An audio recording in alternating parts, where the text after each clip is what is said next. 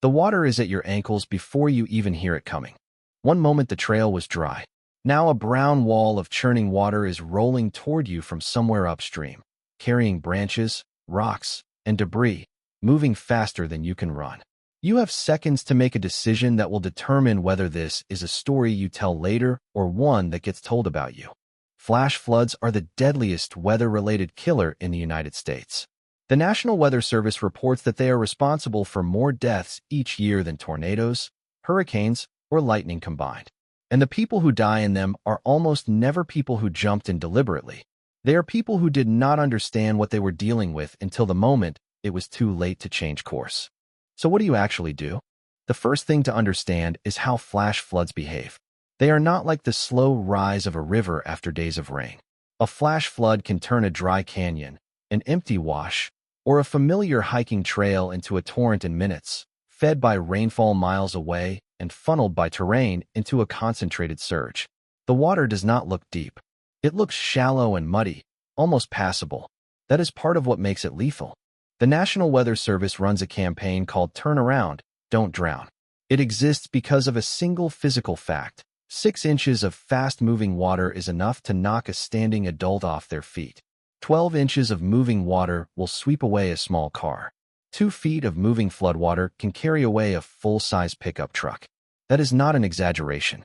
That is the result of physics, specifically the relationship between current velocity and hydrostatic force against any object in the water's path. When you are standing in that current, your footing is not stable. Submerged rocks are slippery. The bottom shifts. Debris is invisible beneath the surface. Water that looks like it reaches your shins can remove your feet from the ground before your body can respond. So what is the first priority? Elevation. Immediately. If you are on foot and water is rising around you, your job is to move perpendicular to the water and uphill, not parallel to the flood's direction of travel, not downstream searching for a crossing, up and away. Every second you remain at water level is a second the surge can close the distance. The Federal Emergency Management Agency states clearly, if you are in an area subject to flash flooding, move to higher ground immediately and do not wait for official instructions to do so.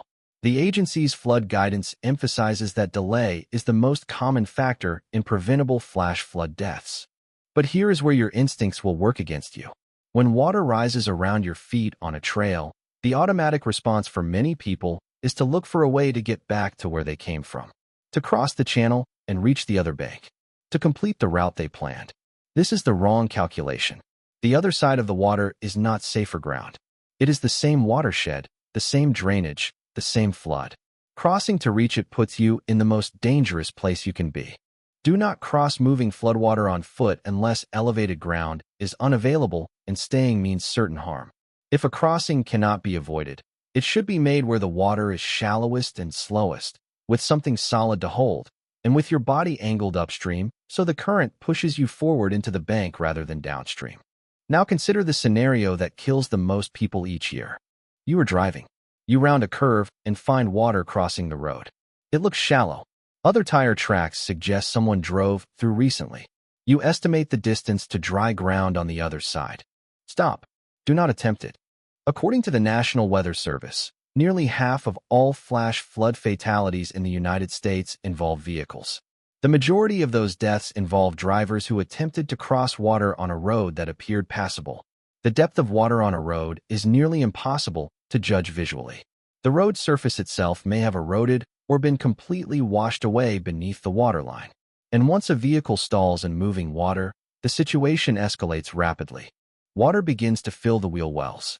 The current pushes against the side of the vehicle. Buoyancy reduces the car's effective weight against the road. 12 inches of moving water on a sloped surface can float a car and carry it off the road before the driver can respond. The decision rule is this. If you cannot see the road surface beneath the water, turn around and find another route. If no other route exists, leave the vehicle on high ground, get away from it, and wait. But what if you did not get out in time? If your vehicle stalls in rising water, your window for action is immediate. Unlock the doors the moment the car stops. Attempt to open the door before water rises high enough outside to create pressure against it. The force required to push a car door open increases dramatically once the water level outside the vehicle is higher than the water inside. If the door will not open, do not wait. You need to equalize the pressure. Open a window. If the window mechanism has failed, use a seatbelt buckle or a glass breaking tool struck hard into the corner of a side window, not the center. The glass is weakest at its edges. Once the window opens, water will rush in quickly. Let it fill. Breathe when you can. When the pressure equalizes, the door will push open. Push it, exit low, and let the current take you into a floating position. Float on your back with your feet downstream and your toes pointed upward. Your feet absorb impacts from rocks and debris before they reach your head. Keep your arms out to help steer yourself toward the nearest bank. Do not try to swim against the current. Move at an angle across it. Once you reach elevated ground, your next instinct may be to start walking. You feel safe because the water is below you. You are cold, shaken, and you want to reach help. You see a route that looks passable along the bank. Do not take it. Flash floods can surge again. Upstream rainfall may be ongoing. The Wilderness Medical Society notes that floodwater conditions in canyon systems and drainage channels are unpredictable even when local rain appears to have stopped, because the water in your channel may have originated from a storm system many miles away. The flood is not necessarily over because the sky above you is cleared. Stay elevated. Signal your position. If you have a phone with any signal, call emergency services immediately and stay on the line. Emergency dispatchers can access National Weather Service real-time flood data and gauge levels for your area and can advise whether conditions are improving or worsening. If you are in a national park or wilderness area and have an emergency locator beacon, activate it. If you have no communication device, make yourself visible from above. Bright colors, reflective surfaces, lay items in open clearings. The universal distress signal is 3 of anything repeated at intervals, 3 whistle blasts, 3 signal fires, 3 bright objects arranged in a triangle. Search and rescue teams recognize that pattern. Staying in place accomplishes 3 things. It keeps you away from the active flood channel, which is where the risk remains. It makes you predictable, which allows rescuers to plan a route to your location rather than search an open area. And it preserves your energy, which you cannot replace in the field. When should you begin moving instead of waiting? If you have no means of communication, rescue is unlikely to arrive within hours. Conditions have stabilized, and you can clearly identify a route to a road or structure that does not require crossing moving water, then moving may be the right choice. Move slowly.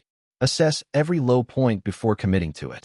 Never cross moving floodwater if you can reach safety without doing so. What if you have no gear?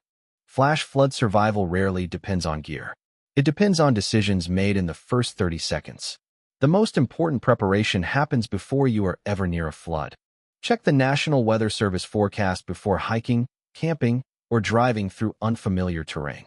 Understand the difference between a flash flood watch, which means conditions are favorable for flash flooding, and a flash flood warning, which means a flash flood is occurring or is imminent. Learn the terrain you are entering. Ask whether a trail follows a canyon, a wash, or a drainage channel. Those are the paths that flood without warning. If you are camping, never pitch a tent in a dry wash or at the base of a canyon wall regardless of how dry the weather appears. Choose elevated, flat ground. In a vehicle, keep a window-breaking tool within reach of the driver's seat. They are inexpensive and small. A charged phone with emergency service contacts stored and a small flashlight require almost no space. If you have nothing, you still have your judgment. And your judgment, applied early, is enough to keep you alive. The decision that determines the outcome of a flash flood emergency is almost never made in the deepest water. It is made before the water arrives, or in the first seconds after it does, when your mind offers you 2 directions and your instincts push you toward the familiar one. The familiar one is usually wrong. The water is still at your ankles. It is the same water, the same force, the same physics it has always been. What is different now is that you know what comes next. And knowing what comes next is the only advantage that has ever mattered. Move uphill. Move now. Everything after that is details,